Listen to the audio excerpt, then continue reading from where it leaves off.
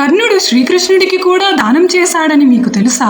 ఒకరోజు కర్ణుడు తలకి నూనె రాసుకుని అభ్యంగన స్నానానికి వెళ్తుండగా కర్ణుడి ఇంటికి వచ్చిన శ్రీకృష్ణుడు అక్కడ రత్నాలు పొదిగిన ఒక బంగారపు పాత్రను చూసి అది తనకు కావాలని కర్ణుడిని అడిగాడు. కర్ణుడి కుడి చేతికి నూనె అంటుకుని ఉండడంతో పాత్రను తన ఎడమ చేతితో కృష్ణుడికి ఇవ్వబోయాడు.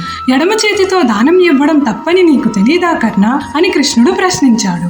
దానికి కర్ణుడు బదిలిస్తూ, లక్ష్మీదేవి చంచలమైనది, యముడు దయలేనివాడు. నా చేయిని కడుక్కుని వచ్చేలోగా నా ప్రాణాలు ఉంటాయో లేదో ఎవరికి తెలుసు. అందుకే పరిస్థితులు మారకముందే దానం ఇవ్వాలనుకుంటున్నానని చెప్పడంతో కర్ణుడి వివేకానికి సంతోషించిన శ్రీకృష్ణుడు దానాన్ని స్వీకరించి మనసారా ఆశీర్వదించి కర్ణుడిని ఏదైనా వరం కోరుకోమన్నాడు. దేహి అని అడుక్కోవడం ఎంత కష్టమో, నాస్తి అని లేదని చెప్పడం కూడా అంతే కష్టమని, నీచమని. కాబట్టి ఈ జన్మలోనే కాదు, ఏ జన్మలోనైనా దేహి, నాస్తి అనే పదాలు నా నోటి నుండి రాకూడదని కర్ణుడు కోరాడు. శ్రీకృష్ణుడు తదాస్తు అన్నాడు. అందరూ చెప్పండి, జై శ్రీకృష్ణ.